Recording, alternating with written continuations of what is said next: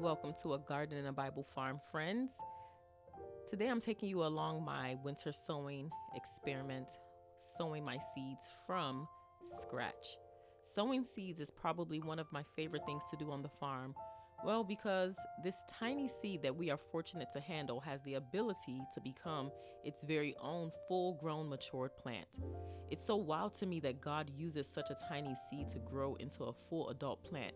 And ever since I began this farm in early 2020, I've started all my plants from seed except for one pepper plant that was purchased for me as a gift from my husband.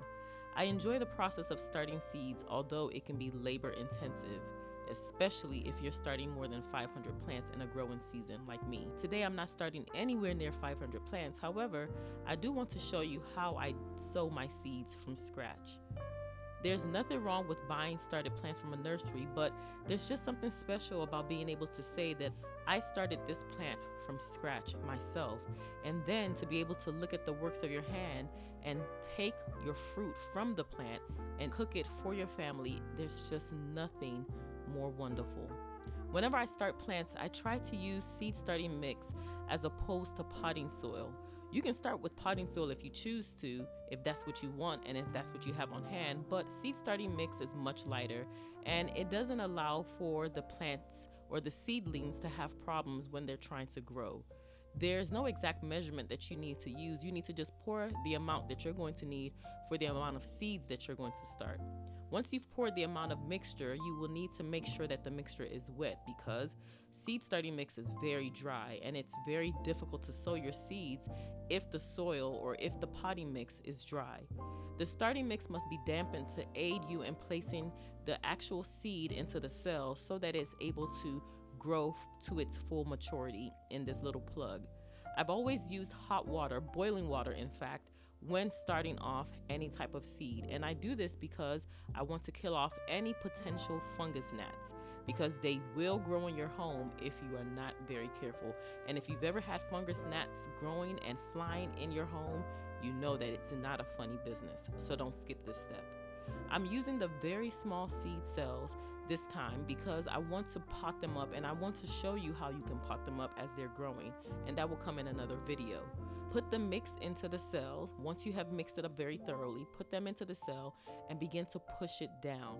Make sure that you push it down. Again, don't skip this step because you don't want there to be any air pockets. If there are air pockets, the plugs may crack when you're trying to pull them up and pot them up into bigger cells, or they may not allow for a strong root development, and you definitely want a strong root development. Once you've pushed it down, even tap the tray on the table, and that will ensure that you've taken out all the air pockets that could be potentially in these plugs. You have two options when you're sowing your seeds. You can either put a hole in the mixture with a pen or pencil, or you could actually leave just a little bit of space at the top of the tray and not fill it up all the way to the top so that you could have a space to cover it up. And if you decide to use the pencil or pen, you want to put your seed into that hole and make sure that you cover it up.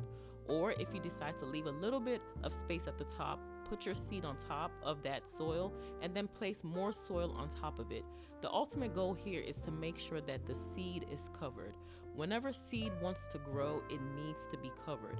Either choice, either way, it's going to work, just as long as you follow that instruction. You also don't want to put the seed too far into the plug because if it's too far into the plug, the seed will not be able to use enough energy, or it will not have enough energy to push itself to break the surface of the soil. And if you know anything about plants, you know that they need to break the soil in order to become full adults and matured plants that we're going to harvest from. You know what? We are like seeds too, and we behave just like plants.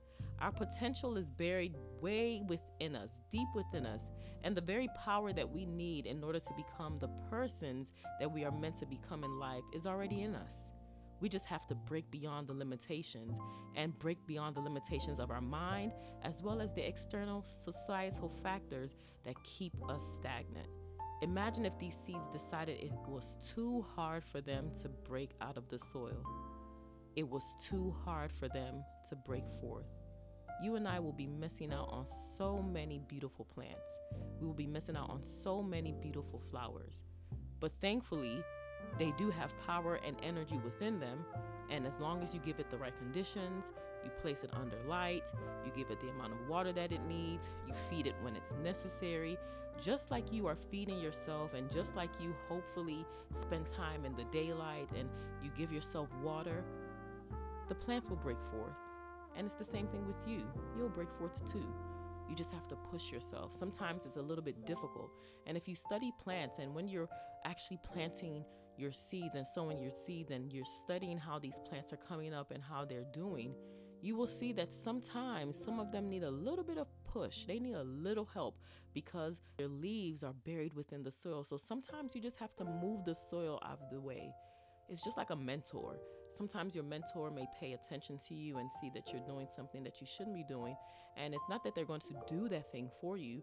They're just going to encourage you so that you can move yourself forward. They may actually dust a little of the dust off of you. They may push you a little bit, nudge you a little bit so that you can move forward. And it's the same thing with your plants. Your plants become like your little babies, and you nurture them and you take care of them and you pay attention to them and you water them and you give them the amount of light that they need. And when you see that they have too much water, then you step back a little bit. And when you see that they don't have enough light, you give them a little bit more light. That's what our plants need from us. And that is the joy in starting your own seeds, because you get to experience this whole full circle.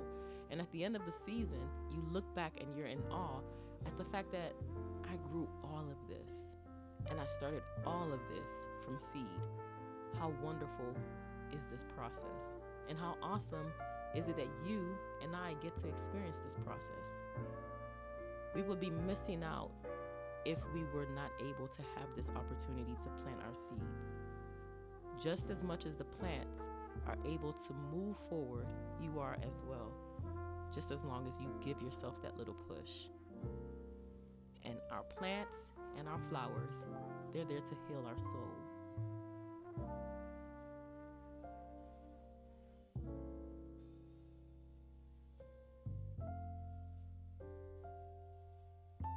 Now, all you have to do is wait. Give the seeds some water, not too much to prevent them from becoming waterlogged. Put them under the light so that they can begin to reach towards the light, just like we should be doing every single day of our life. Very soon, you will see that the beginning of the plants will peek through the surface to display their full potential. Until next time, may the earth yield its increase in your life and in your garden. God bless you.